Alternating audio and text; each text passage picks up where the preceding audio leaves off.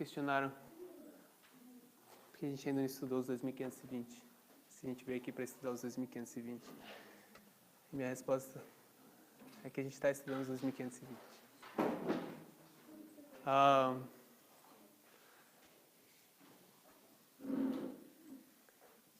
Você não pode separar a mensagem do mensageiro. A mensagem e o mensageiro, elas devem vir juntos. Então, talvez agora a gente vai fazer um pouco mais de sentido e a gente vai tratar agora diretamente dos 2520.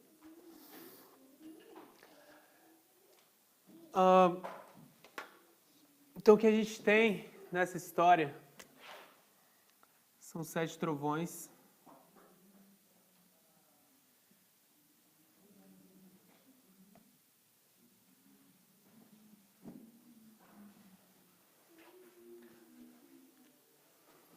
E quando a gente tem esses 7 trovões, e a gente tem esses 46 anos,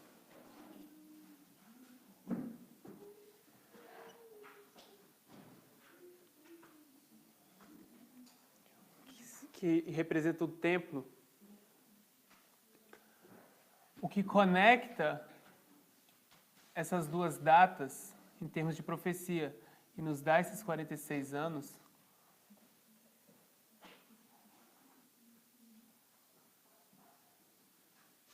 são os 2520, que caem sobre Judá. Os 2520 sobre Israel. E também os 2300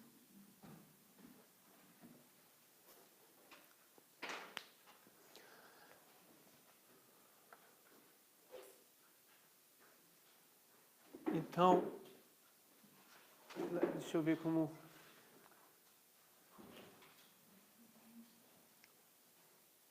Quando a gente tem uma profecia, a gente tem um início e um fim, e aqui a gente tem o fim. O fim de uma profecia. E agora a gente vai lidar rapidamente com os 2300. Vou tirar isso aqui por enquanto. E a gente tem os 2300 com seu fim aqui. Então, quando a gente vai no início dessa profecia, o que a gente tem no início é o quê? O que a gente encontra no início é o fim. Porque uma característica de Deus, ao revelar a profecia, é de que ele declara o fim desde o início. Ok? A gente entende isso. Então, quando a gente tem essa profecia, e aqui a gente tem o fim da profecia, as características dessa profecia, a gente encontra no fim, no início dessa profecia. E quando a gente vai no início, o que a gente tem aqui é o terceiro decreto. E esse é o ano 457. Esse é o decreto de Ciro. Mas para que o decreto fosse perfeito, ele foi precedido por 2 decretos anteriores. Isso não é Ciro, eu falei Ciro, mas é Artaxerxes. E o segundo decreto foi dado por Dario. O primeiro decreto por Ciro. Então, assim como no final dessa história, nós temos 3 mensagens angélicas. No início dessa história, nós temos 3 decretos que tipificam as 3 mensagens angélicas. Ok? Então, a estrutura que a gente tem lá é a estrutura que a gente tem aqui. E junto com essa estrutura, o que talvez a gente não saiba, e se a gente não sabe, a gente vai comentar agora, é que aqui você tem 3 mensagens angélicas e 7 trovões. Nessa história, você tem um rei que representa a primeira mensagem angélica e os outros reis que representam cada uma dessas mensagens angélicas. Se você fizer um estudo nesse assunto, você pode provar de forma muito interessante que cada rei desse representa uma dessas mensagens angélicas. O que a gente tem junto nessa história, desde Ciro até Artaxerxes, são outros 4 reis. Então, o que você, na verdade, tem são 7 reis. Se a gente fosse olhar para isso de uma forma um pouco mais visual, isso seria assim.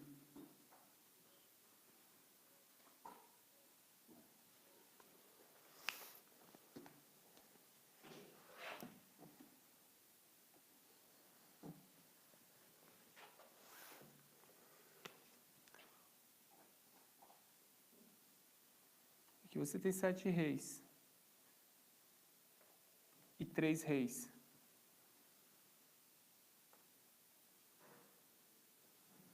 Aqui você tem 7 trovões e 3 mensagens. Esses 3 reis representam as 3 mensagens angélicas.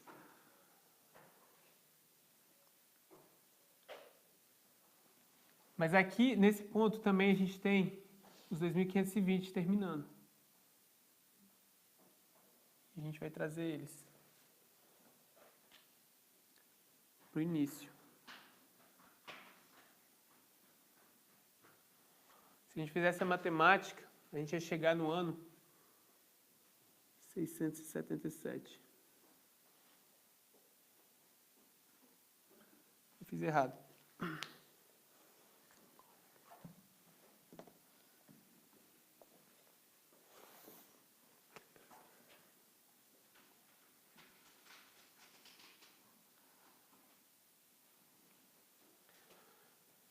Quando a gente tem esses 2520 que terminam aqui, a gente tem o início desses 2520 no ano 677, que nos leva ao rei Manassés, como a gente estudou ontem.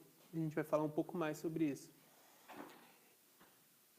O que essa história vai nos contar é uma história progressiva de destruição de Judá, do 7 para o último rei, do 7º para o último rei. Isso não funciona muito bem em português. É como, aqui tem mais Manassés, é o 7º, é o primeiro dos 7 últimos reis.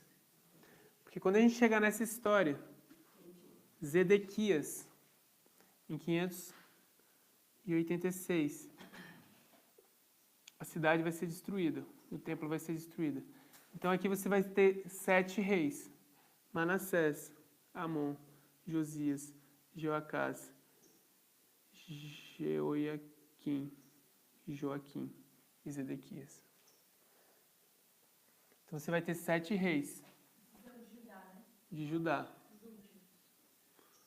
Os últimos.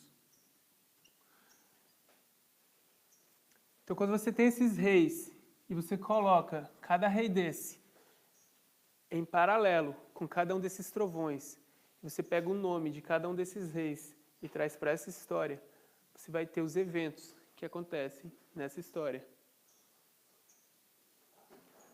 E a gente vai um pouco mais, porque aqui os pioneiros entenderam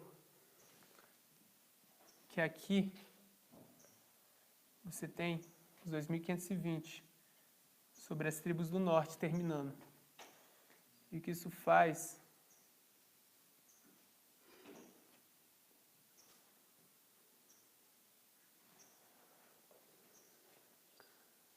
é te dar mais uma estrutura de 7 reis. Então eu vou pegar isso. Você pegou 7 reis da Pérsia, é isso? 7 reis da Pérsia, 7 reis de Judá e 7 reis de Israel? Isso. É isso? Uhum.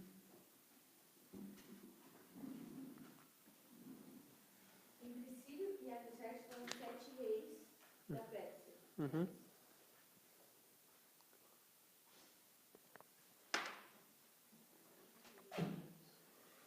Eu vou colocar isso de uma forma um pouco mais organizada.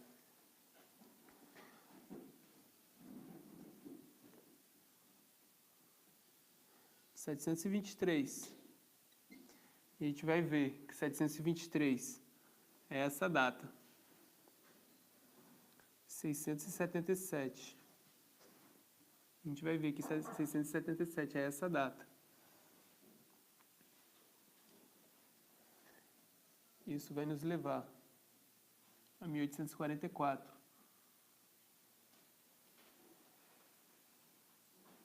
E 1798.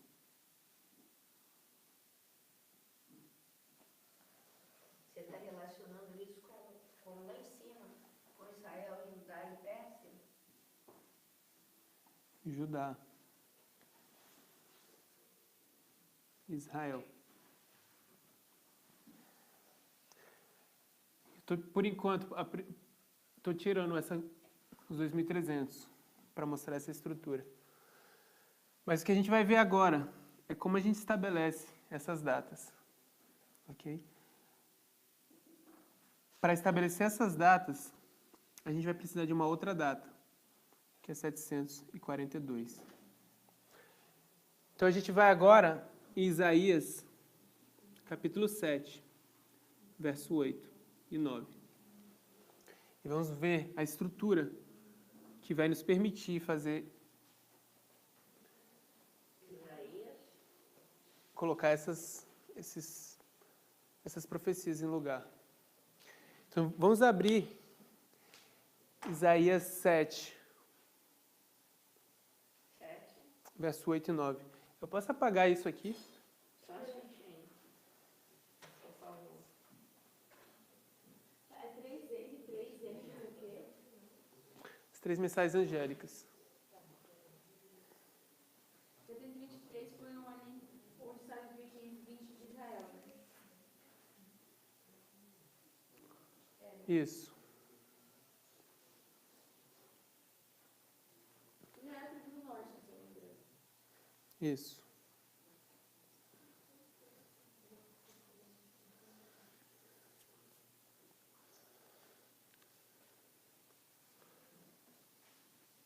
É 7 reis e 3. Esses são 7 reis no total. Mas dos 7, 3 têm um papel em passar os decretos. Então eu vou tirar, não coloca R, coloca D. 3 decretos. Por mim, pode. Ok, então eu vou apagar essa parte de cima aqui.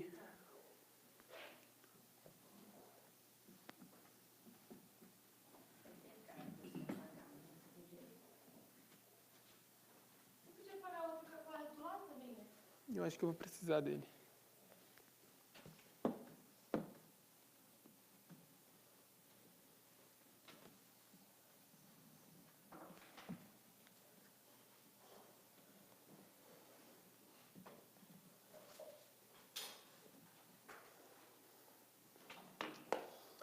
Então agora eu vou dar para vocês a sequência dos reis, para que a gente possa escolher como essas datas. A gente teve essa tarefa? Ok? Então a gente tem o rei Acaz. Eu vou colocar isso.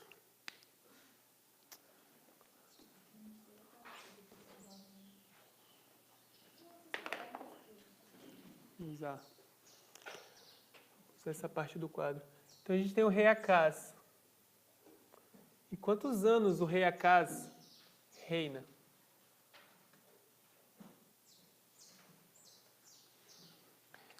Porque Israel. Por questão de tempo, eu não vou abrir com vocês, mas eu vou falar para vocês onde vocês encontram. Em 1 Reis 16, verso 2, você vai ver que Acaz reina por 16 anos. Então a gente vai 1 Reis 16, 2. Esse é o período de reino de Acaz. Então você vai ter Ezequias,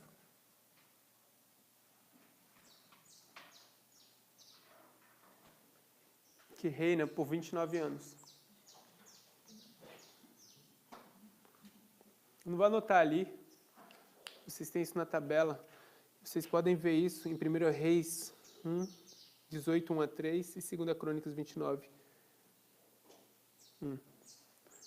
Que Ezequias vai reinar por 29 anos.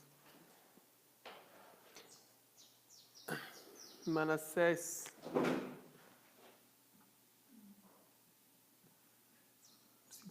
anos.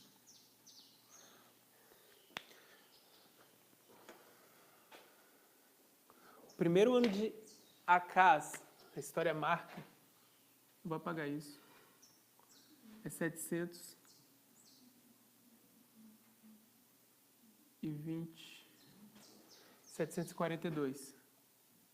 Não, perdão. 742. E ele reina, se você faz a matemática, até 727.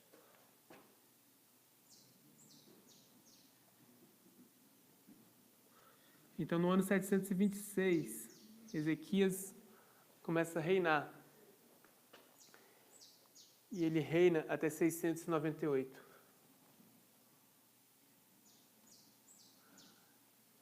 Vocês entendem que antes de Cristo, a contagem de tempo é decrescente, né? Depois de Cristo, é crescente. Então, Manassés vai reinar de 697 a 643.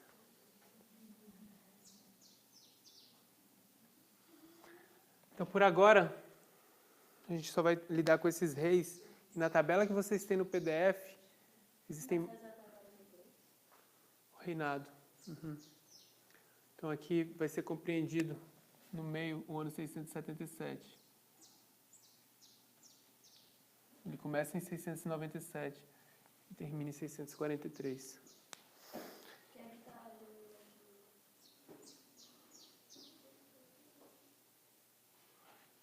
Esse é o primeiro ano de Jeoiaquim. Jeoiaquim é compreendido nesse período, né? Essa matemática aqui são os 40 anos que a gente começou marcando daqui. Tudo bem? Ela não está lidando com o reinado de cada um desses reis. Então não deixe isso confundir vocês. Isso aqui é para marcar as gerações.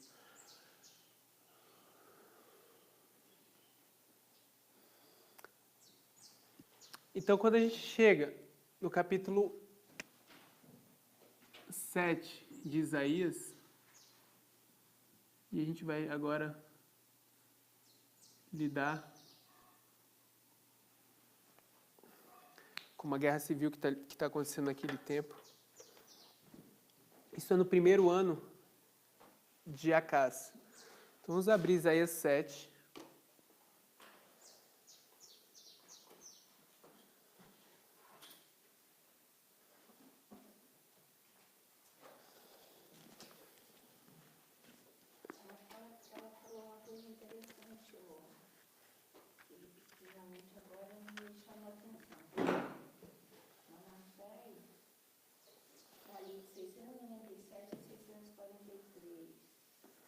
Não. Lá, é de 723 a 683. Está entendendo? Quando você tem essa história, Joel está dando uma mensagem para 4 gerações. Então, o que ele vai dizer é que nessas 4 gerações, você tem esses 4 insetos que vão causar destruição. Esses 4 insetos representam o trabalho dos assírios e dos babilônios. Sim, mas por que é estudado não conhecido? Então, quando você tem Manassés aqui, você está usando outra linha de pensamento que deve vir em paralelo, profeticamente, com essa linha de pensamento. Porque isso aqui é a estrutura de Levíticos 26, que falam dos 4 reis. Então, esse rei, as características dele é que nessa história ele estabelece a imagem de ciúmes. E ele cumpre a primeira profecia dos 7 tempos. nessa história. Então, quer dizer que Esses sucede períodos, exatamente nesse período. esses períodos não estão dizendo período Foi um de um reinado rei. É. Então, são duas linhas de pensamentos que são paraleladas aqui.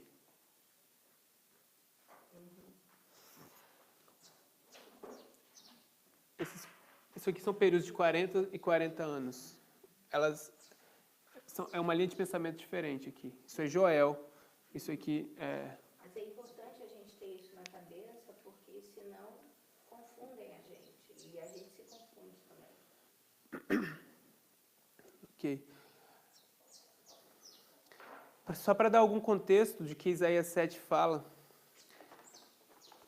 a gente tem Acaz, e existe uma conspiração entre o rei de Samaria, das tribos do norte, com o rei da Síria. E eles vêm fazer guerra. Eles vão fazer guerra contra Acaz, as tribos do sul. E Isaías é mandado com uma mensagem para Acaz e é pedido que ele leve seu filho, Siar-Jazub. Então, Isaías vai agora entregar uma mensagem com seu filho, Siar-Jazub. O nome Siar-Jazub significa o remanescente voltará. Então, Acaz vai agora receber uma mensagem. Isaías leva seu filho, Siar-Jazub, que representa que o remanescente vai voltar.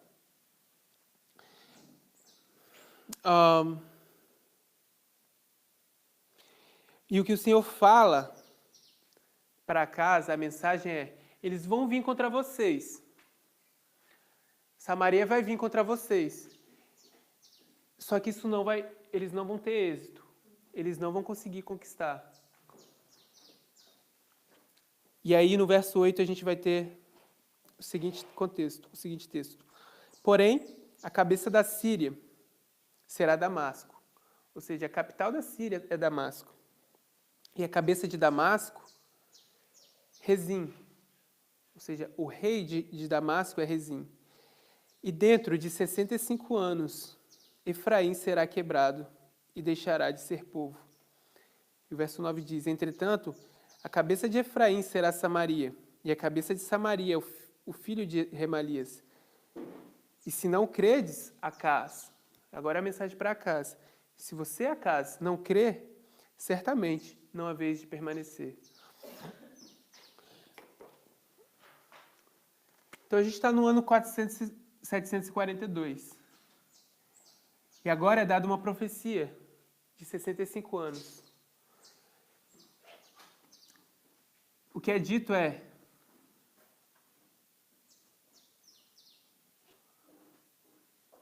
o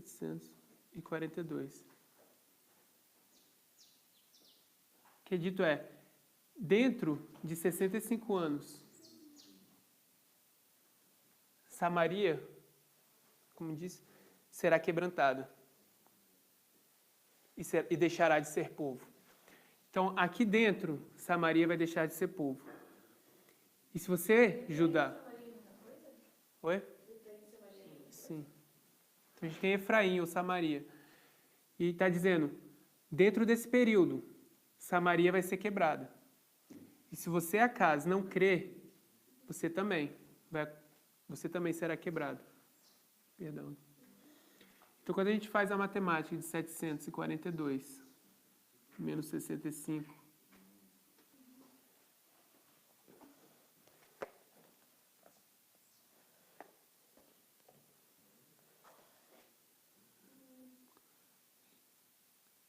tem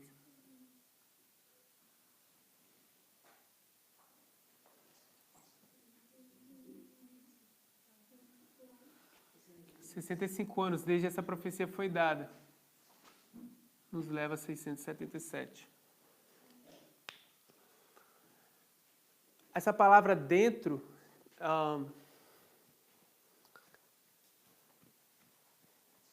deixa eu olhar para vocês.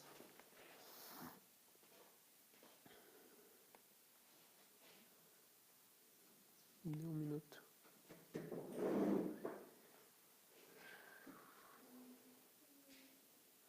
Aqui.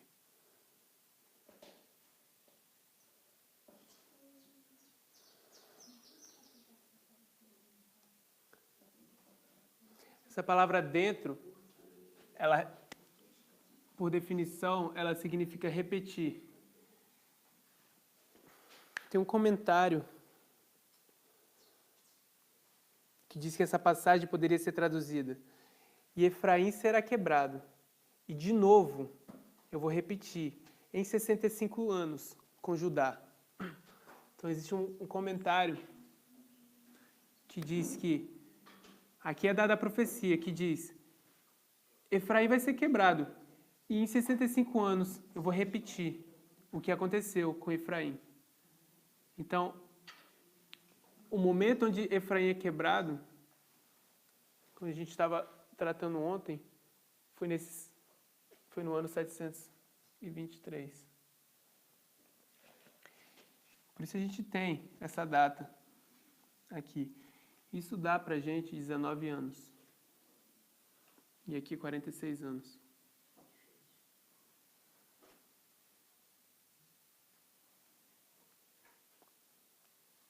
O Wesley,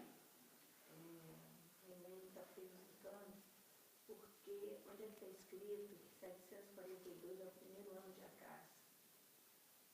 Isso é histórico, isso tem algum lugar? Quando você vai para o relato,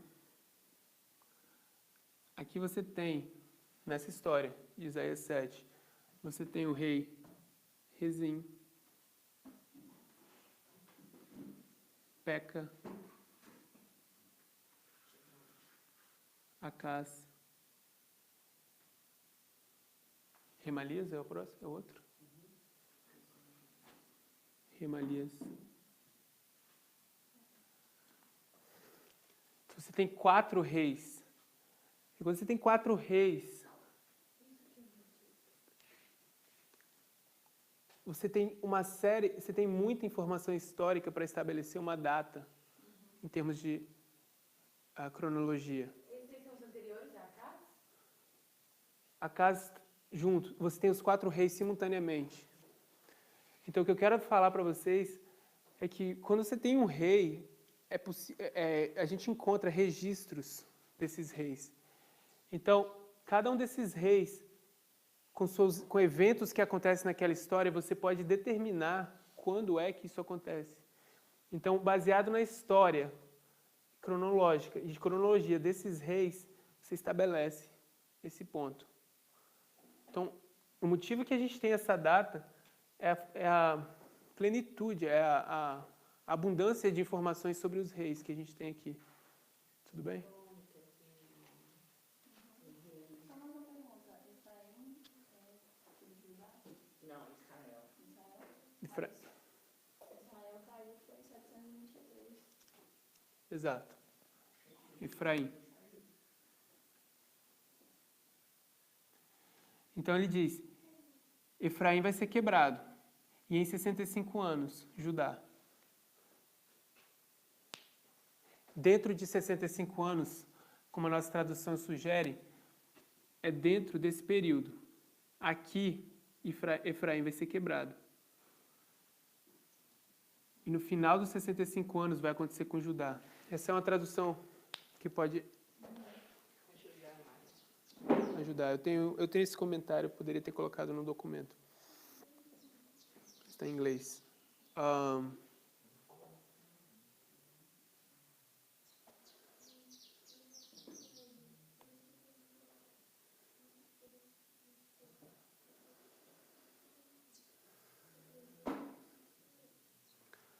Só para que a gente entenda o motivo de ser 723, a gente vai ler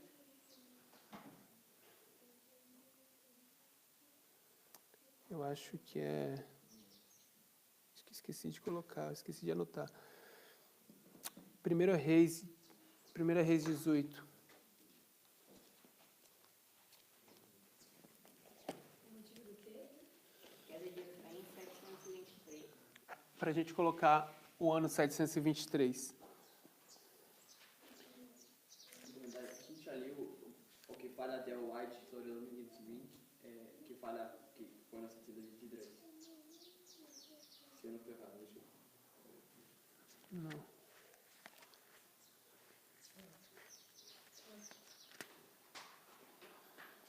foi errado assim.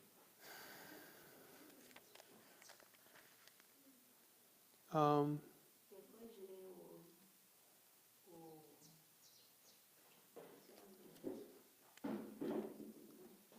Matias, depois que você ler também, tá? Eu acho que é 2 Reis, né? Não pode ser primeiro. Tem que ser 2 Reis 18.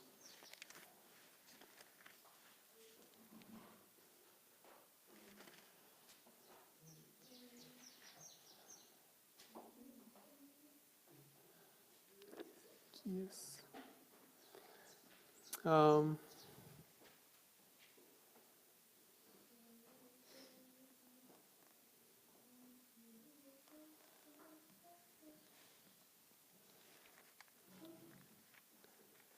Acho que infelizmente eu não coloquei os textos. Aqui tem Ezequias, no verso 9. Não sei se te ajuda. Bom, acho que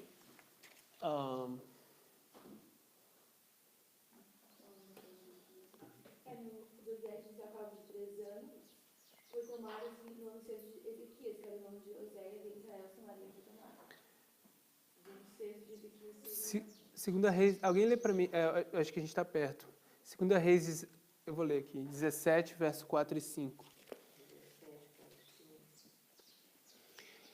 Porém o rei da Síria achou em Osés conspiração, porque enviara mensageiros a So, rei do Egito, e não pagava tributo ao rei da Síria, cada ano como dantes. Então o rei da Síria encerrou e aprisionou no cárcere. Então, o que a gente vai ver é que Oséias foi encarcerado por não pagar tributo. E agora a gente vai no capítulo 18, no verso 9. Perdão, no verso 9, isso. E sucedeu no 4º ano de Ezequias, que era o 7º de Oséias, filho de Elá, rei de Israel, que Salmaneser, rei da Síria, subiu contra Samaria e o cercou. Então agora a gente tem o 4º ano de Ezequias, que é o 6º de Oséias, ele sobe para cercar Samaria. Se a gente fizer uma matemática aqui, a gente está no ano 726, esse é o primeiro ano de Ezequias. 725, o segundo. 724, o terceiro. 723 é o quarto. No 4º ano de Ezequias, Oséias foi tomado por não pagar tributo. Tudo bem? A gente conseguiu?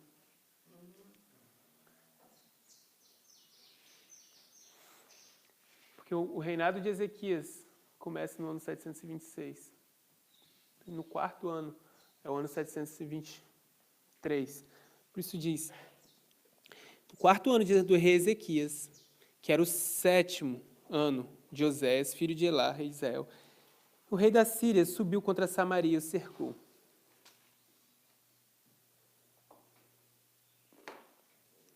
Ok? Então esse é o cerco de Jerusalém, de Samaria, que acontece esse ano, 723. Então,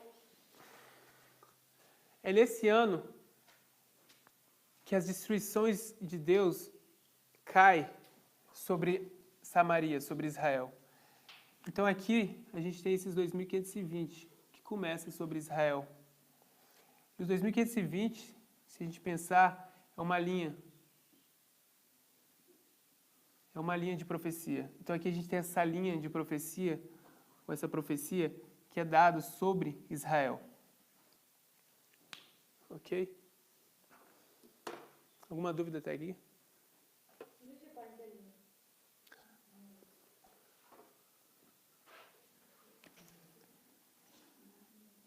Os 2.520 são uma profecia que se conectam desse ponto até esse ponto. E profecia para a gente é linha, certo? Porque Isaías 28 nos diz que linha é profecia.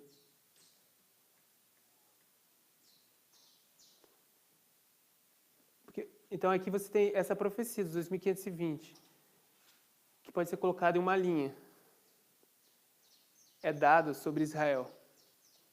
Não? Ok. Essa linha também é um juízo. Porque você lembra que hoje mais cedo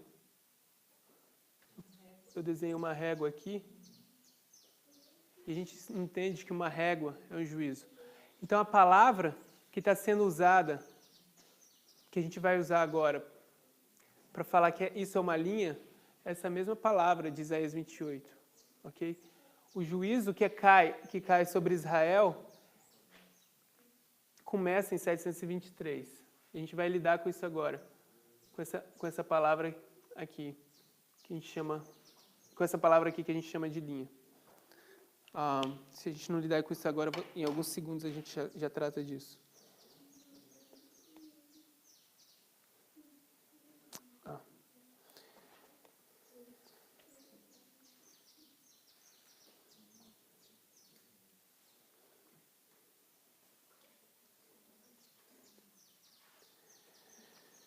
Vamos ler 2 Reis 21, do verso 11 ao 13. A gente está no final da página 6 do PDF e início da 7. Diz: Porquanto Manassés, rei de Judá, fez essas abominações, fazendo pior do que quanto fizeram os amorreus, e antes deles foram também Judá pecar com seus ídolos. Por isso, assim diz o Senhor, Deus de Israel: Eis que hei de trazer tal mal sobre Jerusalém e Judá, que qualquer que ouvir, lhe ficarão retinindo ambas as orelhas. E estenderei sobre Judá, Jerusalém, o cordel de Samaria e o prumo da casa de Acabe, e limparei Jerusalém, como quem limpa a escudela, e limpa e vira sobre a sua face. Então, agora sobre Jerusalém, o cordel que caiu sobre Israel vai ser estendido a Jerusalém. A palavra linha, se a gente olhasse, a palavra cordel que está aí é a mesma palavra que a gente encontra em Isaías 28, a palavra linha, que em português é traduzido como regra. Por isso a gente tem essa régua aqui, porque uma régua serve como essa regra para medir, ok? Então, essa linha, ou essa regra, ou esse juízo que caiu sobre Israel é a mesma linha, ou o mesmo cordel que vai ser estendido agora sobre Judá.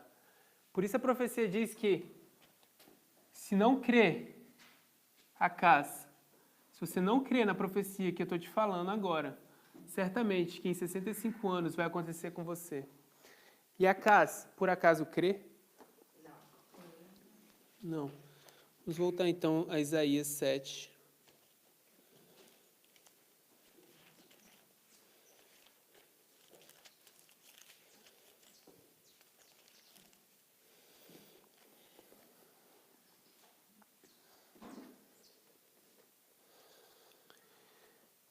No verso 10.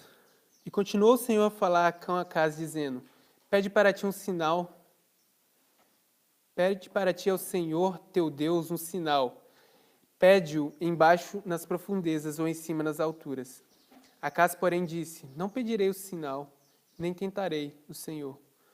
Então agora, Deus fala: O que eu estou te falando é verdade. E agora você vai me pedir um sinal. Pede um sinal, porque eu vou te mostrar que o que eu estou falando é verdade. E o que Acaz responde? Não quero sinal. Não. Então ele se cobre sobre uma falsa camuflagem de humildade, dizendo: Eu não vou tentar o Senhor. Mas que na verdade ele está fazendo, ele está não acreditando na profecia. Então nesse momento você tem Acaz se camuflando sob essa humildade, dizendo que não vai tentar o Senhor, mas o que na verdade ele está fazendo, ele não crê. E por não crer, o cordel de Samaria vai ser estendido sobre Judá. Então agora, o que acontece com Samaria, ou Israel, ou Efraim, vai ser estendido sobre Judá, nessa história aqui. Em 65 anos, quando a gente tem o início com Manassés sendo levado em cativeiro.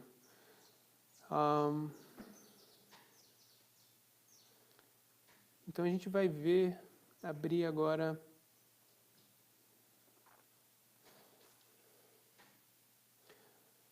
Segunda Crônicas 33, verso 11.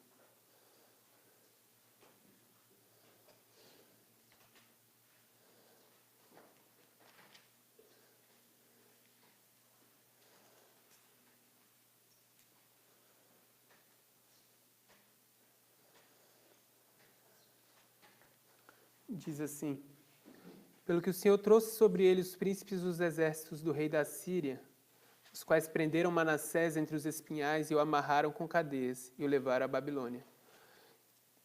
Então agora a gente tem Manassés, que foi levado, que foi prendido. Foi a primeira vez que Israel perde o seu rei. Agora vocês se lembram na história de Samuel, que os israelitas, o povo judeu, eles queriam ser como as outras nações. E para isso eles pediram um rei. O rei, para Israel, representa o orgulho do poder. Quando a gente lê, e agora a gente vai ler, Levíticos 26, quando a gente lê que vai ser quebrado a soberba do poder, essa palavra soberba é a mesma que orgulho. Então, o orgulho do poder vai ser quebrado. É isso que a profecia de Levíticos 26 vai estar tratando agora. O orgulho do poder vai ser quebrado. E essa é a primeira vez que isso acontece com Judá. O orgulho é quebrado no ano 677, quando Manassés é levado em cativeiro. Vamos abrir então Levíticos 26.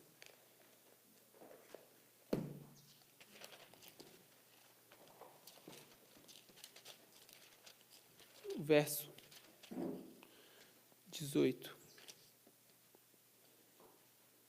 Acho que eu abri errado.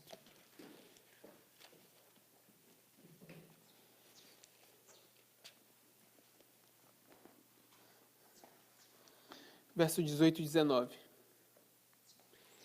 E se ainda com estas coisas não me ouvirdes, então eu vos perseguirei, eu prosseguirei, e castigar-vos-eis 7 vezes mais por causa dos vossos pecados. Porque quebrarei a soberba da vossa força, e farei os vossos céus que sejam como ferro, e a vossa terra como cobre. Ok? Eu vou citar agora o segundo manual do segundo The Second Advent Manual. É o manual do segundo advento, de Apollos Hale, página 36 e 37. Ele diz: por que começar os 7 tempos no cativeiro de Manassés, em 677 a.C.? A própria predição aponta para esse evento. A primeira forma de sua punição, mencionada em conexão com a primeira menção do período, é: eu quebrarei o orgulho de seu poder. E a sua forma real de governo civil está sendo referida aqui. Ela nunca foi quebrada antes do cativeiro de Manassés. Embora seja esse o caso, após a divisão dos hebreus das 10 tribos e 2 tribos, que eles várias vezes foram feitos tributários e estrangeiros, ainda uma divisão permaneceu independente, enquanto a outra era subjugada e feita tributária até o seu cativeiro. Mas nesse período as 10 tribos perderam seu rei.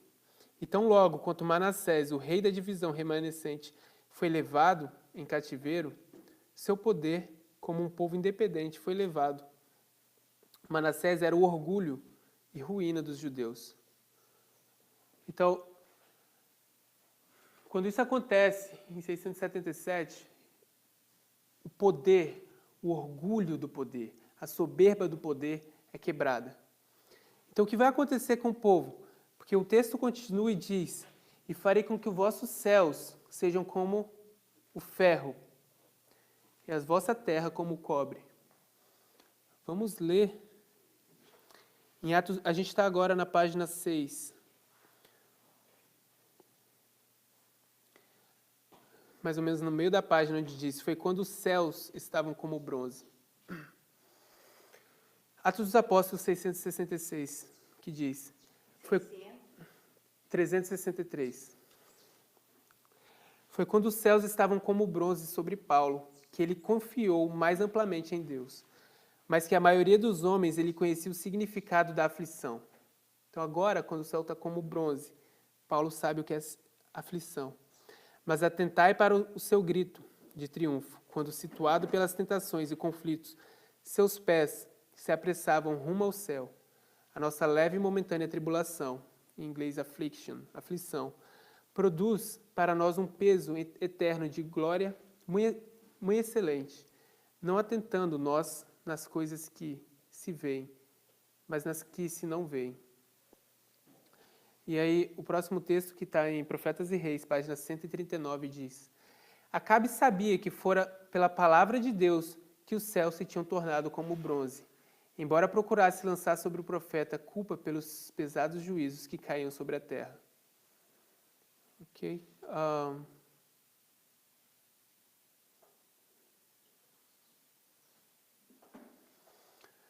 Então, quem é que vem em 677 para levar o povo em cativeiro? Qual nação? A Síria. Então a Síria vem e faz o quê? Quebra o orgulho. Mas o quê? Faz com que o céu e a terra se tornem como ferro e bronze.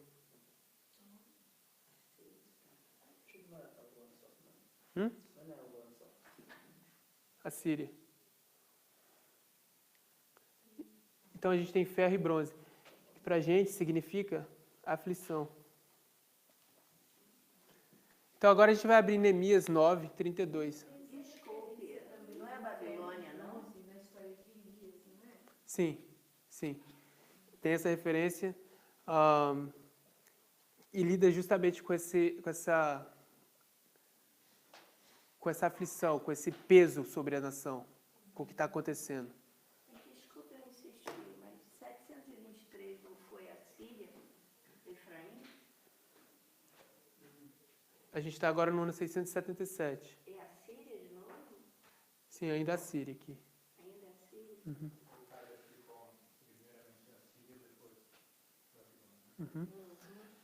Se lembram que o irmão Tyler, quando explicou isso, ele mostrou isso representado na história de Aolá, a irmã mais nova, e a irmã mais...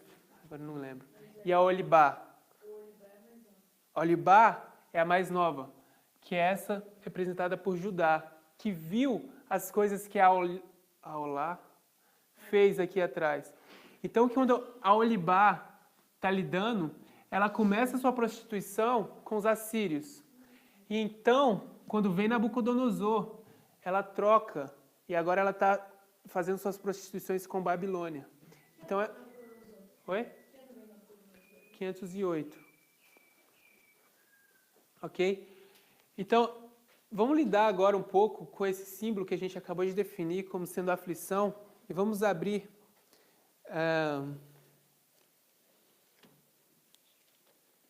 Vamos abrir Neemias.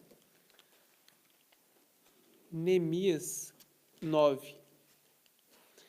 E eu vou tentar voltar na pergunta da Síria ainda. Não precisa não, já respondeu, já está respondido. Neemias 9, verso 32.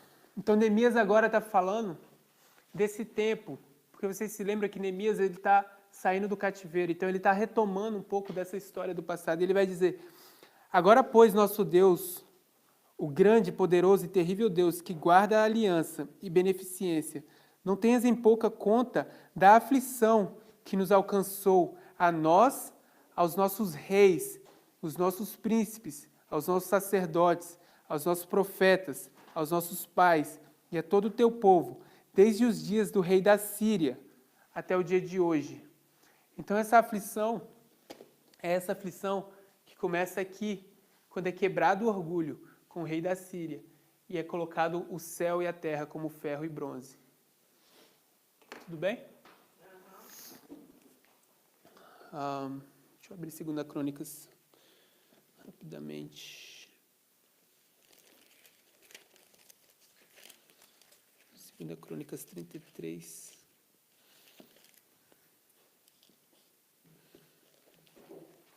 Qual? É 30 aí.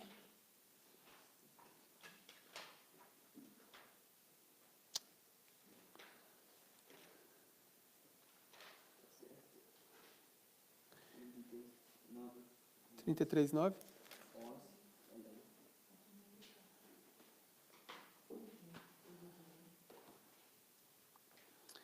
Ok. No verso 11 de 2 Crônicas 33, identifica a Síria aqui. Ok? A Síria é quem leva Manassés em cativeiro. Então é aí que começa a nossa aflição.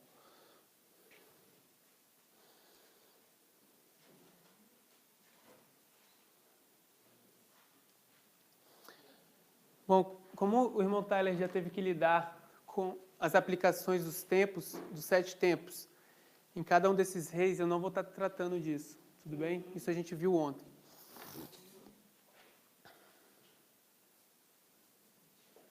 Deixa eu só ver, minhas notas estão bem bagunçadinhas.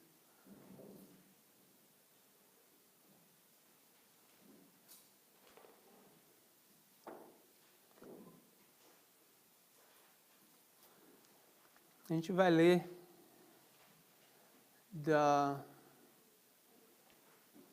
eu não sei qual é essa referência. Está em inglês? A referência é MS 40.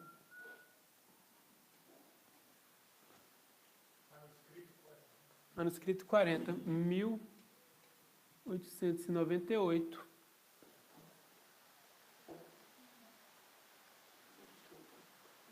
Março 13.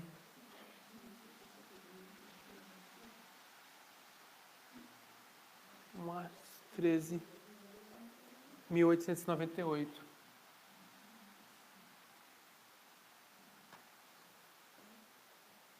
Parágrafo 6. Essa é a referência. Esses são os manuscritos que foram liberados no centenário da morte de Ellen White, há pouco tempo. Eu vou traduzir agora. Deus especificou também um seguro resultado ao desrespeitar os seus mandamentos. Se vocês não me ouvirem, ele diz, eu não farei todos esses mandamentos. E eu irei fazer isso a vocês. Eu mesmo vou colocar sobre vocês terror, vou consumir, queimar, irei consumir os olhos e causar tristeza de coração. Isso vai pulando e ela continua e fala, eles que te odeiam vão reinar sobre vocês, e eles vão fugir, e vocês vão fugir deles. E se vocês não ainda ouvirem-me, eu irei punir vocês 7 tempos, ou 7 vezes mais, pelos vossos pecados. E eu vou quebrar a soberba do vosso poder. Irei fazer com que o seu céu como ferro e a vossa terra como bronze. E ela continua. Até 2015. Onde é que está isso aí? Está nas notas? Está nas notas também. Vocês têm isso nas notas, na página 5, no final da página 5. Então, até 2015, não existia nenhuma referência nos escritos da Ellen White, onde ela citava os 7 tempos.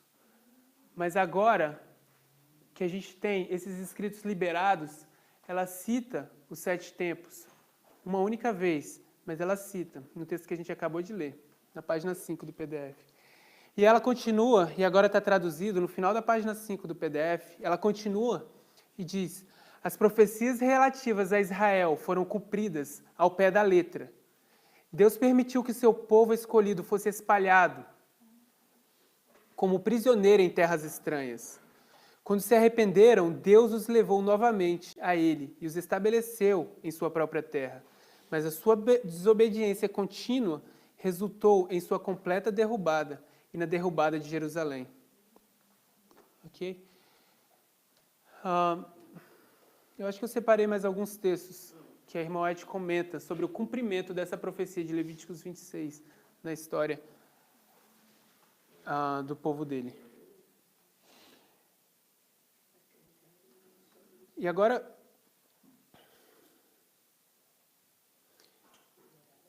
porque eu quero lidar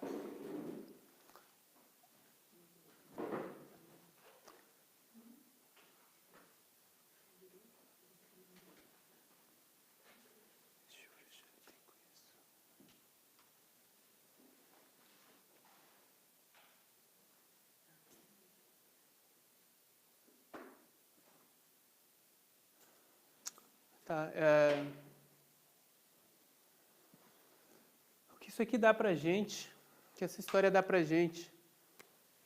E aqui a gente tem 46 anos, e aqui a gente tem 19.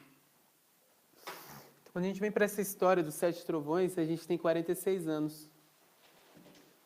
Se a gente colocar 19 anos aqui, o que isso vai nos dar é 1863. 19 anos depois de 1844 nos leva para 1863. E esse momento é quando a gente tem Tiago White rejeitando aquela profecia. Ele rejeita a profecia e faz um novo diagrama.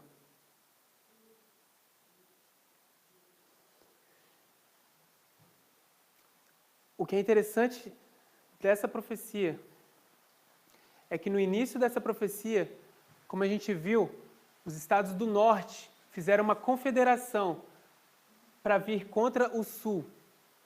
E quando a gente chega no final, o que a gente tem aqui é um espelho. O que acontece aqui em forma de espelho. E quando você tem um espelho, o que acontece quando você olha no espelho? Enxerga, mas você enxerga a sua imagem real ou virtual? Virtual. E quando você enxerga virtual, você enxerga ela invertida. Então, o que acontece aqui, quando você olha do lado de cá, você tem uma inversão.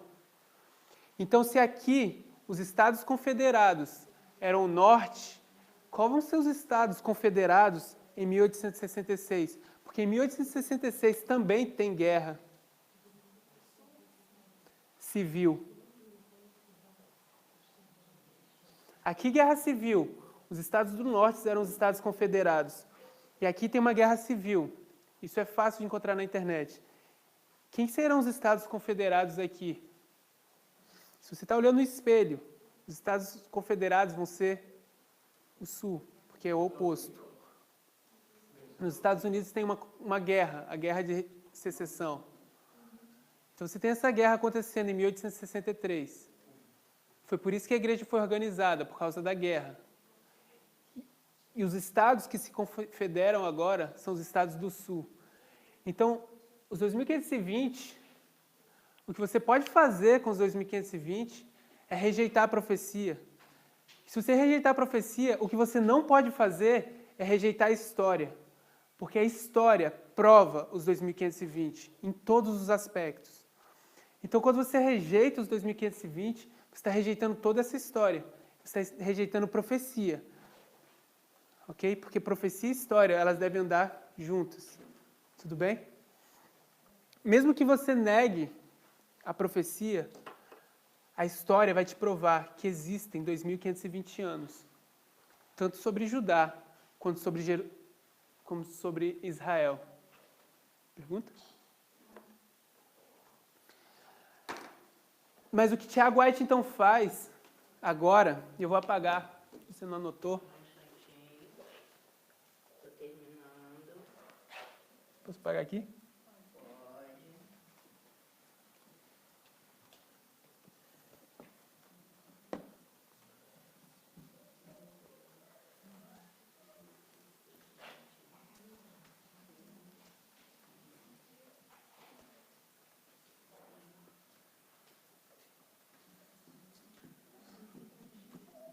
apagando.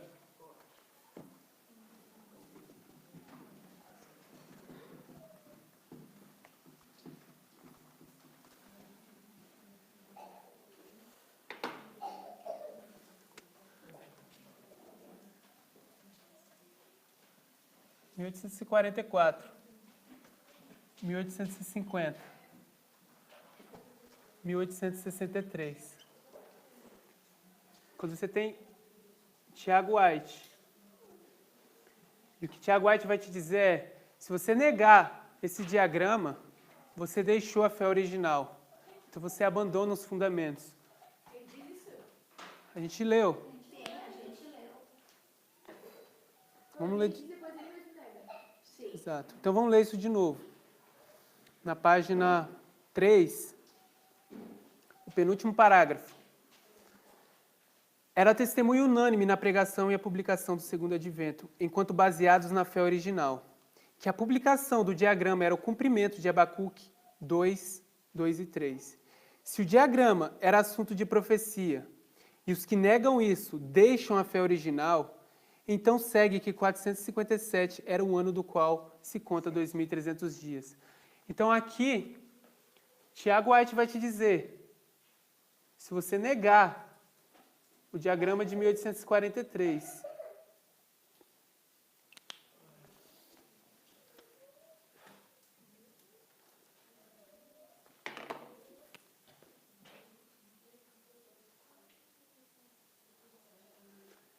o que você está fazendo é rejeitando a fé original. E você está saindo do fundamento. Que a gente viu, que é a mesa. Ok? Então, quando a gente chega em 1863, você tem Tiago White. E o que ele faz é rejeitar esse diagrama e dar para o povo um novo. 1863. A pergunta que agora a gente tem que responder é: em qual dos dois momentos Tiago White está certo? Porque Tiago White, quando escreveu sobre Miller, ele escreveu e testificou de que Guilherme Miller recebeu o início ou o começamento da cadeia da verdade. E Tiago White também sabia como esse diagrama era um fundamento para o adventismo. Então a pergunta agora é: Tiago White estava certo aqui ou aqui? Porque logo depois de falar que isso eram os fundamentos, ele negou. Então, a gente tem que lidar com esse assunto agora. A gente precisa responder qual era o argumento de Tiago White aqui. O que Tiago White estava falando aqui para dizer os 2520 não faz mais parte do corpo de profecias que o povo de Deus acredita. Ele vai usar gramática.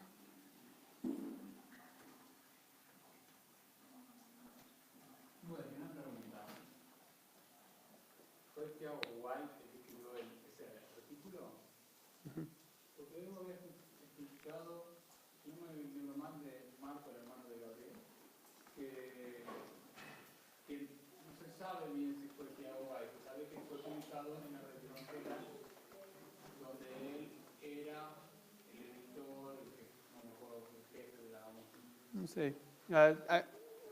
Se você for no escrito, você vai ver Tiago White escreveu. Mas se você tiver alguma informação diferente, você pode trazer. Já foi interrompido, queria te fazer uma pergunta. A igreja foi formada em 1863, você disse, por causa da Guerra Civil. Por que exatamente? Porque o conhecimento que eu tenho é que ela foi formada para ter um CNPJ por causa do maquinário, por causa da estrutura que a igreja estava, que Tiago White estava tendo e que ele não queria que ficasse sob a responsabilidade dele. Ok, a gente vai tratar disso depois, então. Fechou. Para não... Em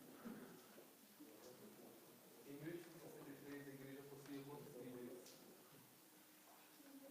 Também não vai saber. Tiago White. Tinha, se eu não me engano, eu esqueci o nome do outro. Eu esqueci o nome do outro, acho que era 2. Liderando Mas o corpo. Tiago White era o líder espiritual. Ele não rejeitou o 2520 por causa de uma pressão da liderança? Então você tem a conferência geral, que diz Nós estamos pedindo para que você faça esse diagrama. E Tiago White vai, a pedido de uma conferência, fazer esse diagrama. Ah, foi o Jack White que fez isso. Tiago White. Mas especificamente quem pede esse novo diagrama da Conferência Geral é o Wagner Pai. Então, Bonner, o Wegener vai pedir para que isso seja feito. Ok? Eu preciso dar prosseguimento, porque eu preciso acabar. Sua pergunta, pode fazer a pergunta, eu não sei se eu vou responder. Tiago White, como ele estava rejeitando as tábuas, table, mesa, na mesa dos 12, um traiu. Ele pode ser representado como Judas? não. Tiago White, a irmã White é muito clara em dizer que ele é Moisés para o advento. Ele é o Moisés da história quando o povo saiu do Egito. A irmã White é muito clara em dizer isso. Talvez quando Moisés bateu na rocha? Pode ser. Mas a gente... Vamos... Não sei se o Arão. Depende. Tem que tirar a opinião pela gramática. Ok. Então agora a gente vai tratar... Antes de tratar de gramática,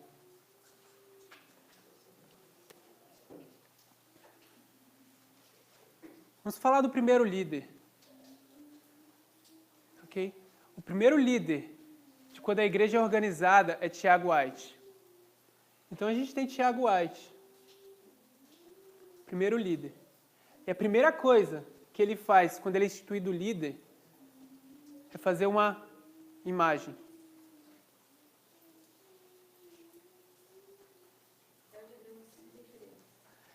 Então agora a gente tem o primeiro momento quando o povo de Israel é instituído como um povo. Eles estão se organizando e eles saem do Egito. E o líder espiritual daquele povo, naquela época, era Arão. Mas se ele é Moisés,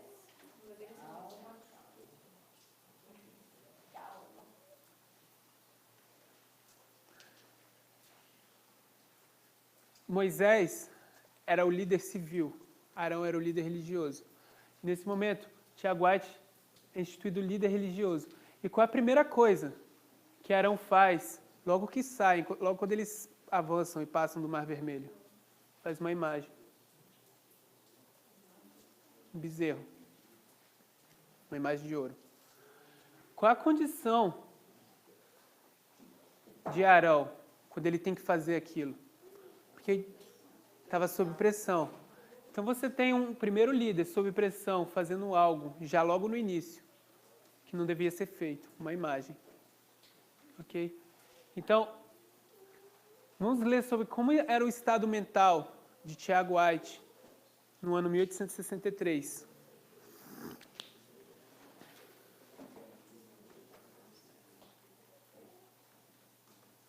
A gente está na página 8. Último texto. Transcreverei aqui um outro testemunho, escrito em 6 de junho de 1863. É um dever para aqueles no escritório sobrecarregar mais os seus cérebros, e meu marido sobrecarregar o seu menos. Muito tempo é gasto por ele sobre vários assuntos que confundam e cansam a mente e o incapacitam para o estudo ou para a escrita. Impedem a luz de brilhar na review como deveria. Então agora você está em 1863 e Tiago White está com a sua mente cansada e incapacitada para o estudo. E o que ele faz? Ele faz o estudo no assunto dos 2520. E o que ele faz é rejeitar os 2520. Então agora você tem Tiago White com sua mente sobrecarregada. Você tem um grupo de pessoas que fala, a gente quer uma imagem. E o que ele faz é dar ao povo essa imagem. O diagrama de 1863. Isso é o mesmo que acontece com Arão. Eu não vou falar de todos os primeiros líderes, mas a gente poderia ir líder por líder. Primeiro líder, tanto de Israel, como das tribos do norte, como de Judá, como da igreja cristã primitiva. E a gente mostrar como isso se repete em cada momento. A gente poderia falar de Jeroboão, que faz uma imagem também. Primeiro líder. E todos eles sob pressão, com estado mental alterado nesse momento. Mas Pedro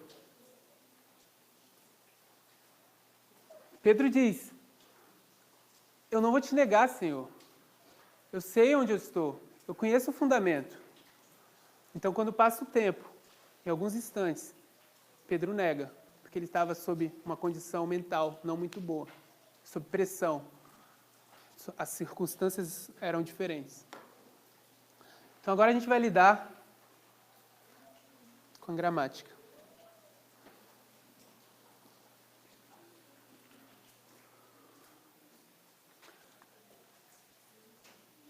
Antes da gente entrar na gramática, quem tem que escolher quando o Tiago White estava certo agora é você. Será aqui ou será aqui?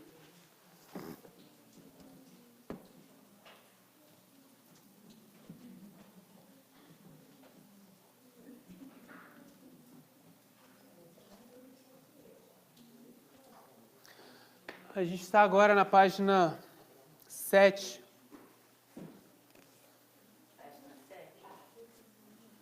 A gente vai ler os primeiros escritos, página 74.2. Vi então em relação ao contínuo, que a palavra sacrifício foi suprida pela sabedoria humana, e que não pertence ao texto, e que o Senhor deu a visão correta àqueles a quem deu o clamor da hora do juízo, quando houve união, antes de 1844. Quase todos eram unânimes quanto à maneira correta de se entender o contínuo. Mas na confusão, desde 1844, outras opiniões têm sido abrigadas, seguindo-se trevas e confusões. O tempo não tem sido um teste desde então, e nunca mais o será.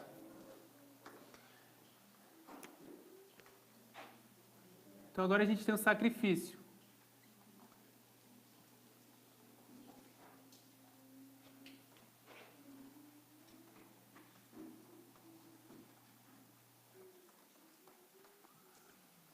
Talvez você não concorde ainda, mas que a irmã está falando para a gente, quando ela diz, essa palavra aqui não existe no texto original. O que ela está falando é que ela está falando assim, a gramática do texto vai ter que mudar. Porque quando você tem essas duas palavras em conjunto, essa palavra é um substantivo. E o que essa palavra é, ela modifica o substantivo, logo ela é um adjetivo. Então a irmã White veio e fala bem assim, essa palavra não existe. Então essa palavra não é um adjetivo, essa palavra é um substantivo. Quando a irmã White diz para você, tem uma palavra aí e ela foi adicionada, ela está falando assim, tem um problema com gramática. E é a mesma coisa, e a gente vai ver isso agora. É exatamente isso que Guilherme Miller vai dizer para a gente, que foi a forma como ele entendeu isso. Ele precisou lidar com a gramática do texto para entender o que era o contínuo. E o próximo texto diz, eu segui lendo, disse ele, e não pude encontrar nenhum outro caso, além de em Daniel. Ele está falando do contínuo. Eu então tomei as palavras que estavam em conexão com ela, tirado, e por ele foi tirado o contínuo, desde o tempo em que o contínuo foi tirado, etc. Então, o que Miller está falando é que ele leu a Bíblia e ele não encontrou nenhum lugar onde essa palavra aqui fosse encontrada, a menos que fosse no livro de Daniel. Quando você vai no livro de Daniel, essa palavra aparece 5 vezes.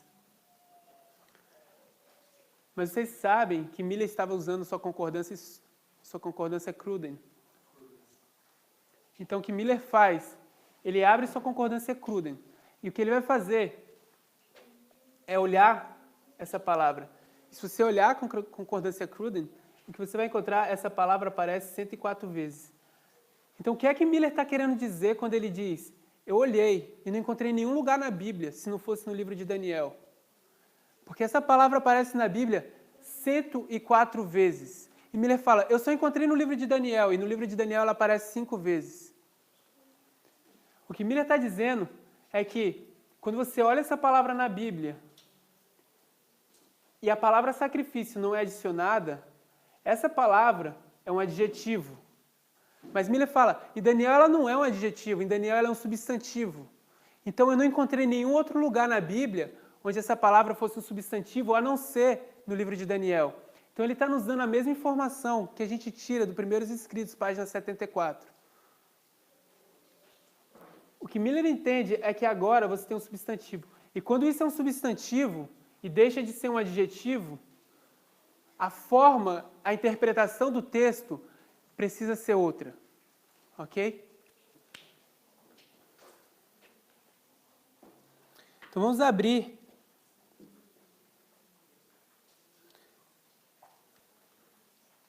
Vamos abrir Levíticos 26.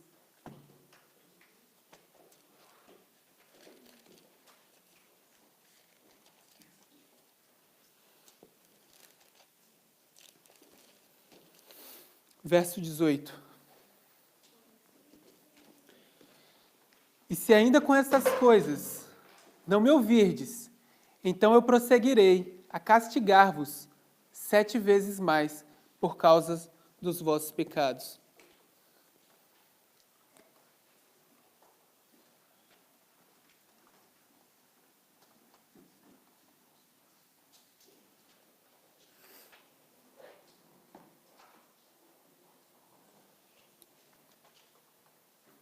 Vou colocar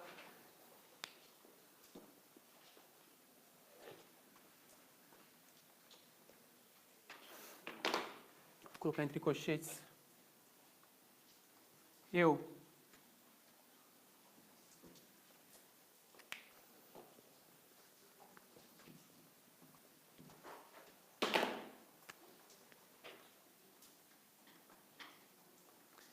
vou castigar-vos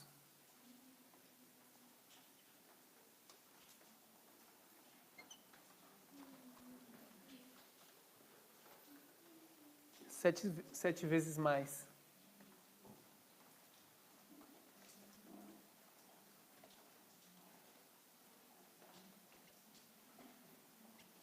Ó.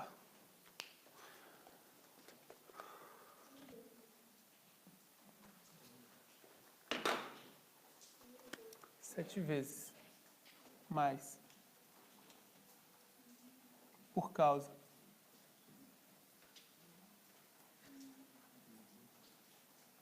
dos vossos pecados.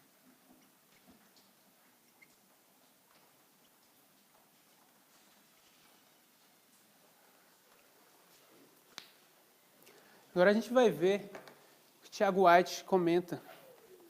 Porque Tiago White é quem vai rejeitar isso. E ele vai dar a explicação do porquê ele rejeita. Ele vai falar que o problema é gramática. A gente está no final da página 7.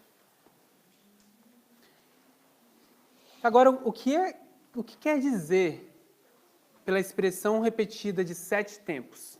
Ou 7 vezes? Tiago White pergunta. Ele responde, nós respondemos. Isso denota não a duração de punição, mas sua intensidade ou severidade. Isso é bem expresso na linguagem do verso 21, que diz, eu vou trazer sobre vós 7 pragas, mais, de acordo com os vossos pecados. O número 7 denota perfeição. E a gente concorda com o Tiago White nisso. Estou. E nós estamos indubitavelmente a entender, por essa expressão, a plenitude da sua punição. Que medem os pecados nacionais, que em todo caso seriam igualados à medida das calamidades nacionais. Então ele vai continuar, porque ele está dizendo que 7 tempos, ou 7 vezes, não estão denotando tempo, mas está sim denotando intensidade e severidade. Então ele continua e diz, em referências ao hebreu, nós sabemos ou aprendemos do hebreu, da concordância hebraica, que a expressão 7 tempos em Levíticos 26 vem da palavra Sheba. E esta palavra é expressamente estabelecida por Gesênios naqueles textos como um advérbio. Então Tiago White fala 7 vezes. 7 vezes não é um substantivo. ele diz, isso é um advérbio. Isso é um advérbio. Para a gente, isso é uma locução adverbial. Eu não sei como funcionam as classes gramaticais no inglês, mas para a gente, 7 vezes se torna uma locução adverbial. Mas vamos usar as palavras de Tiago White com a gramática em inglês. Então ele está dizendo, isso aqui é um advérbio. E o que o advérbio faz, ele modifica o verbo. Então ele diz, aqui está o verbo. E esse advérbio está modificando, em termos de intensidade, esse verbo. Eu estou ampliando o castigo. O castigo está aqui, é o verbo. E o advérbio está aumentando, está intensificando o castigo. Então ele diz, e essa palavra expressamente estabelecida por Gesênios naqueles textos como um advérbio. Ele fala, e também em Salmos, Provérbios, enfim. Em Daniel 4:16 e 25, a expressão 7 vezes, ou tempos, ocorrem 2 vezes, onde, sem dúvida, significa duração. Nabucodonosor era para ser tirado dentre os homens e feito suas habitações com as feras do campo, até que 7 tempos passassem sobre ele. Não pode haver nenhum mal-entendido na expressão ali, que significa um certo espaço de tempo. Mas aqui nós encontramos não um advérbio, como em Levíticos 26, mas um substantivo, gidam, definido por Gesênios. Tempo em linguagem profética para 1 ano. Em Daniel 7:25, onde a profecia, trago a expressão, ele vai continuar e a gente vai descer um pouco para a última sentença. O fato de que nenhuma dessas palavras, ele cita uma série de palavras que acompanham o substantivo, o fato de que nenhuma dessas palavras foram usadas, são ali usadas, mas uma outra palavra, e que um advérbio coloca sobre nenhuma dúvida de que, mas sim um advérbio, fica nenhuma dúvida de que tal período ali não existe como pretendido. Então, o argumento de Tiago White é de que todas as situações onde o 7 aparece, ele é acompanhado por... ele é um substantivo acompanhado por um adjetivo. E o fato de que aqui isso não acontece, isso se torna um advérbio. Isso que modifica esse verbo. Essa é a argumentação dele até agora. Ele fala, no grego a mesma coisa. A Septuaginta tem em Levíticos 26, epitax, que é um advérbio, significando 7 vezes. Em Daniel 4, 16 a 25, por Nabucodonosor, 7 tempos, nós temos a palavra epitax, que é um advérbio. O advérbio, não advérbio, mas epitakaroi, um substantivo e seu adjetivo. Em todos os casos onde a palavra ocorre, denotando o profético período, como em Daniel 7, 25 e Daniel etc, etc, existe um substantivo, kairos. Tal palavra, como profético período, tal coisa, como um profético período baseado em um advérbio, não deve ser encontrado. Então agora ele usa o grego. E ele fala que a mesma coisa acontece. Porque também existe um advérbio. O que é interessante, é só a título de curiosidade, pelo menos por agora, é que quando Tiago White vai examinar o grego, se ele fosse no verso 21, o grego, a palavra não seria mais epitax, mas seria hepta. E a palavra hepta, sim, seria um substantivo, se você for olhar na definição do grego. Então, no verso 21, ele já encontraria que existe uma definição de um substantivo associado a essa palavra. Mas ele só ficou com o verso 18. E isso, por enquanto, é só a título de curiosidade. Então, ele continua, ele vai dizer, o que então? Não existe nenhum período profético em Levíticos 26. E aqueles que imaginam que tal coisa exista, estão fazendo uma confusão entre eles mesmos para ajustar as várias datas. Estão simplesmente batendo e socando o ar. Ignorar ou tratar com negligência um período profético onde planamente é dado, ou claramente é dado, é censurável ao extremo. E é igualmente fútil, embora não tão hediondo, o curso, se esforçar em criar um período onde não existe. Então, Tiago White está, em 1863, dizendo para o Adventismo, acabou, ninguém mais vai estudar essa profecia.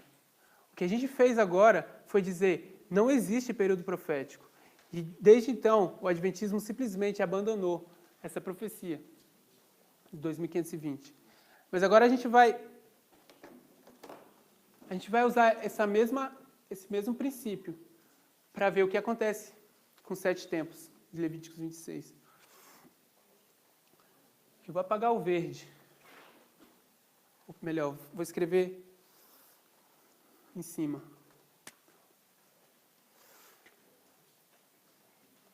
O que essa palavra, o que é traduzido como 7 vezes,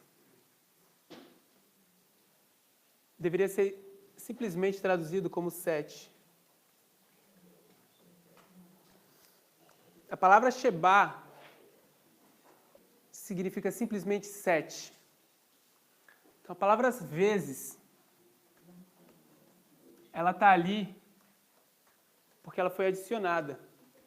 Da mesma forma como a palavra sacrifício foi adicionada. Então, o que você tem, quando você tira essa palavra, a palavra 7, para a gente, que é diferente do inglês, porque eu não sei como funciona a gramática em inglês, ela se torna um numeral.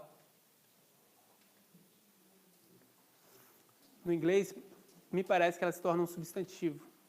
Eu não sei como funciona. Mas para a gente, em português, ela se torna um número.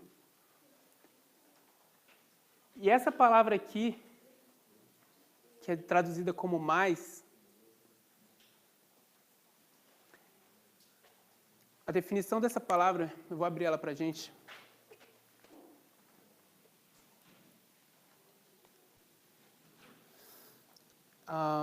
Levíticos.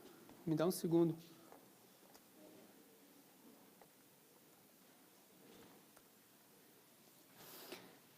A palavra more.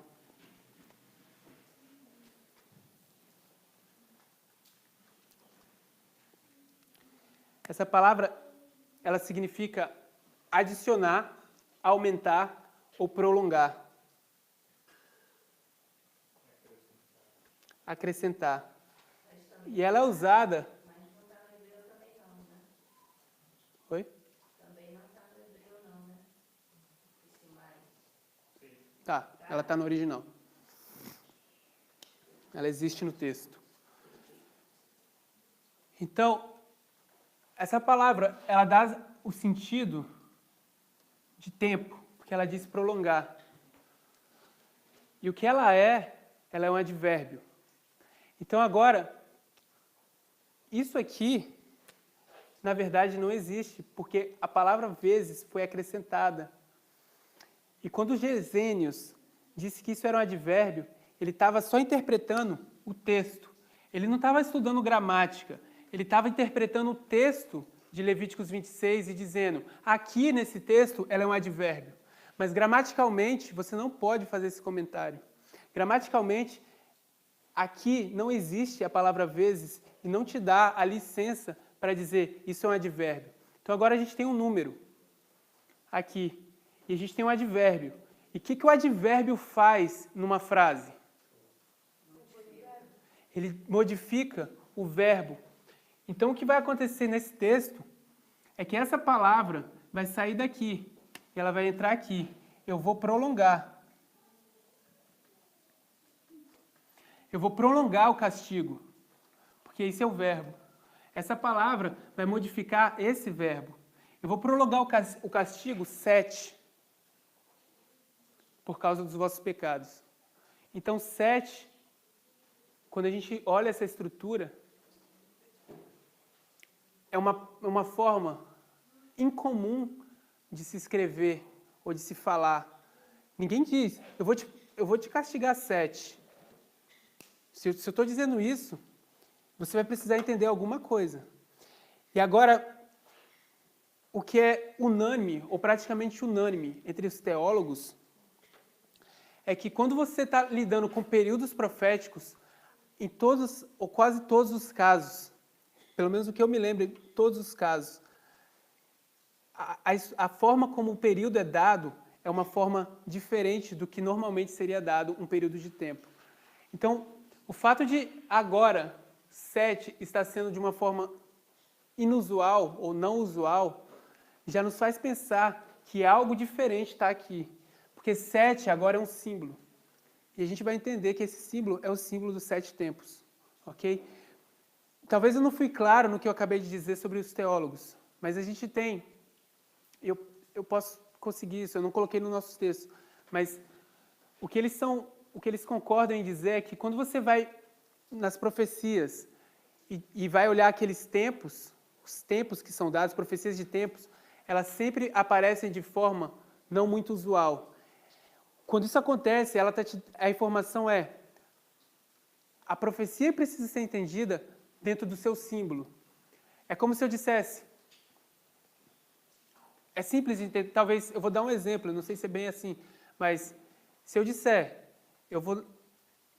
durante 3 anos eu vou fazer tal coisa, todos vocês vão entender que eu estou literalmente dizendo que durante 3 anos eu vou fazer algo. Porque isso é como a gente conversa. Agora, se eu disser, durante 3 tempos eu vou fazer alguma coisa, essa é uma forma não usual de dizer o tempo que eu vou fazer alguma coisa. E o que os comentaristas dizem é que quando isso acontece na profecia, o que é intentado no texto é um período profético. Então agora a gente tem uma forma não usual de lidar aqui. E agora a gente tem isso como um símbolo. Ok? Então eu vou prolongar o castigo 7 por causa dos vossos pecados. O que Miller fez, ele olhou o contexto do capítulo anterior e viu que essa profecia estava lidando com os ciclos de 7 na Terra. Estava lidando com o tempo. Então o que ele fez foi entender o contexto dessa profecia e aplicar simbolicamente o que estava acontecendo no capítulo anterior. Então ele entendeu que essa profecia refere-se a anos, a tempo. Então, o que a gente não tem tempo de fazer é colocar essa profecia em paralelo com Daniel 4 e olhar os 7 tempos, para ver que, de fato, esses 7 se trata de tempo. Mas agora, por que essa profecia acontece 4 vezes? Porque esse é o verso 18. Quando a gente chega no verso 21, vai falar: e eu vou prolongar o vosso castigo 7. Quando a gente chega no terceiro verso, que é o verso 24, essa palavra prolongar já não existe. E no verso 28, tampouco. Então, o que a gente tem é, quando eu chegar no período de Manassés, eu vou vir com castigo, mas podem esperar, porque eu vou vir de novo, porque eu vou prolongar. Então ele vem a Jeoiaquim e diz: eu vou castigar vocês e vou prolongar. Mas quando chega no tempo de Joaquim e de Zedequias, o que tinha que ser determinado já havia sido determinado. Então ele já não diz mais: eu vou prolongar. Ele simplesmente faz. Porque dali para frente a destruição vai acontecer. Então o 7 representa essa destruição, que a gente concorda, está lidando com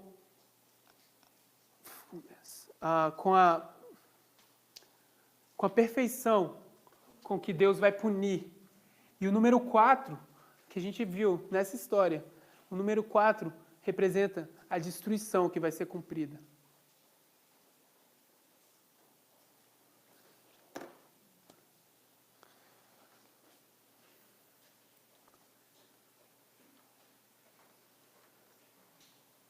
Eu não tenho mais tempo, né?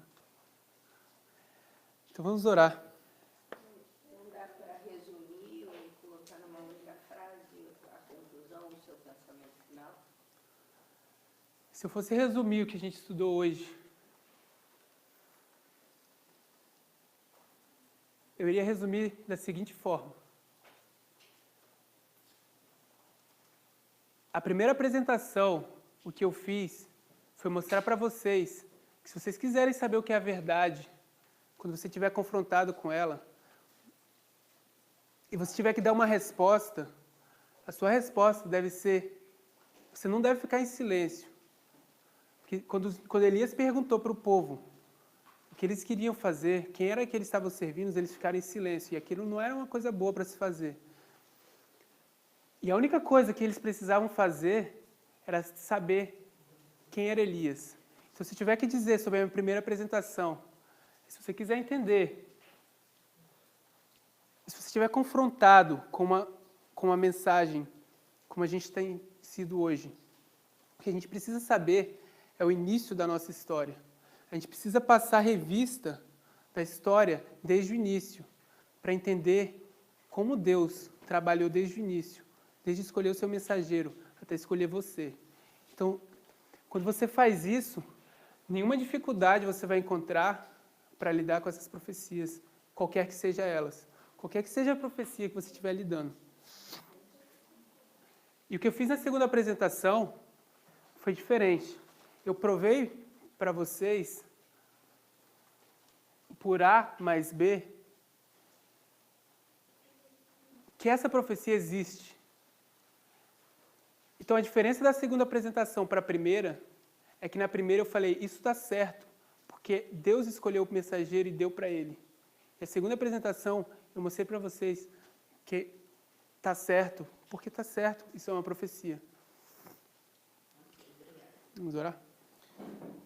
Querido Deus, Pai bondoso, somos muito gratos por tudo que o Senhor tem feito por nós, ao nos trazer confirmações e mais confirmações de como a sua palavra é perfeita. Queremos te agradecer porque o Senhor tem nos contemplado com profecias tão belas e nos confirmado a importância de tais profecias. Que possamos nunca nos esquecer da nossa passada experiência, dos ensinamentos que o Senhor nos deu no passado. Que assim não tenhamos nada a temer quanto ao futuro. Muito obrigado pela história que o Senhor nos conduziu. Que Ele está conosco agora, que vamos participar do almoço, e que o Senhor possa cuidar de nós. Te pedimos e te agradecemos em nome de Jesus Cristo. Amém.